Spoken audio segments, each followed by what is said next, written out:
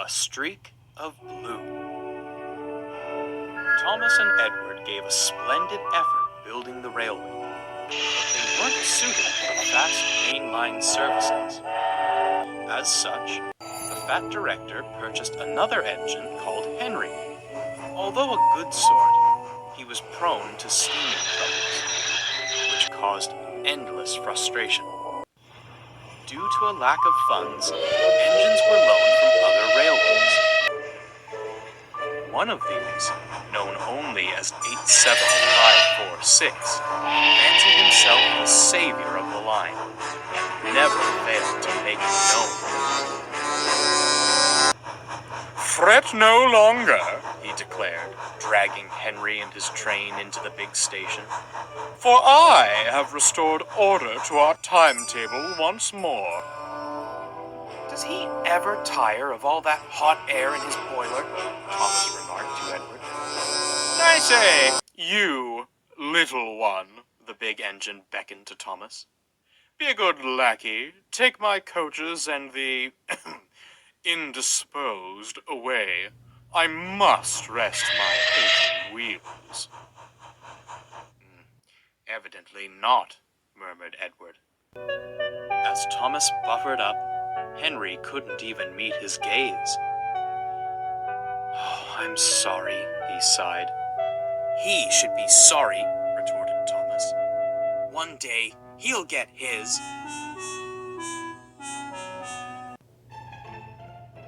That night, Thomas retired to the shed. A vulgar discourse greeted him. "You know," 87546 said loudly to another loaned engine, "I do sympathize with the fat director. Wasted what little hard-earned money he had on a mite, an antique, and an invalid." He looked across to Henry, sleeping as workmen tried to mend him. "I'm the real bargain. The strength of 3 for the coal and water consumption of 1. Only a matter of time before he purchases me." "The fat director," Edward interjected, "favors engines with good character. You leave much to be desired in that department." "And where has good character led you, replied 87546. "Certainly not the main line. Speed and strength are all that matters there. When I pull coaches, you merely see a streak of blue. Engines like you fade into the background. I'd like to see you do my work without falling to pieces." He turned back to the other engine. "Now, a more pressing matter. When I am purchased, what do you suppose my proper name should be? I fancy something regal. Lord Frederick Regaby has a certain charm to it. No?" Thomas was about to retort, but Edward gave him a look. "Save your steam," he muttered. "It's no use arguing with him." They stared at the loaned engine with contempt.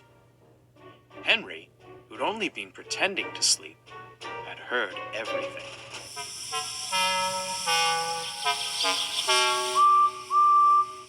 The next morning, 87546 awoke to a startling sight.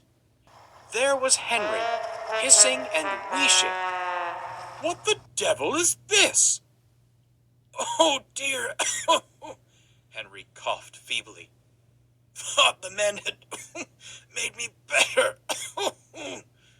"Well, get better and out of my way this instant. My admiring passengers are waiting. I demand extrication at once." But the other engines had all left for work. "Worse and worse," the fat director scowled as he paced the platform. "The passengers cannot be kept waiting. I'm sorry, Edward. As the others have gone, you'll have to take the coaches." Edward gulped, staring at the long train. "Begging your pardon, sir, but this is a bit beyond my capabilities." "Not if I helped you," bubbled Thomas, shuffling alongside.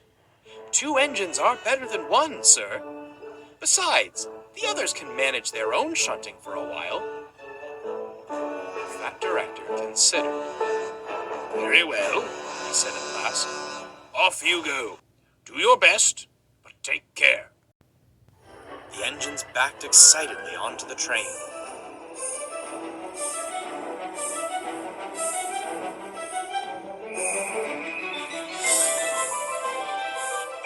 The passengers marveled at the strange combination, but were thankful to have any train at all. Finally, the guard's whistle blew. Come on, called Thomas. Steady now, advised Henry. Soon they were on the main line and having a wonderful time. Thomas was so excited to leave the yards, he nearly pulled Edward's coupling off. Edward chuckled. He was glad to stretch his wheels again. The two engines worked so well, the coaches felt light as air. Other engines were shocked as they raced past, whistling with glee.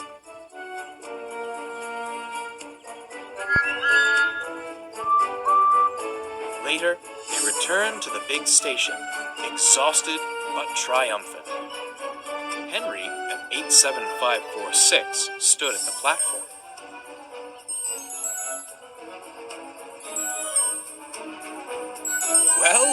Well, smiled Henry. Our streak of blue has returned, and in one piece, no less. 87546 scowled as the happy passengers swarmed out of the coaches. What splendid little engines you are! Your director must be proud of you. He's very happy with his purchases indeed, chuckled Thomas. No, ha! Fumed 87546 as he puffed away. You were only allowed out of the yard because clanky old Edward couldn't manage alone. Enjoy your brief moment in the limelight. It's already fading. If I didn't know any better, smirked Thomas, I'd say he didn't like shunting his own train. He chortled off to the water column, but Edward stayed behind. Are you all right, Henry? What on earth happened this morning? Oh, the usual steaming troubles. You know how it is.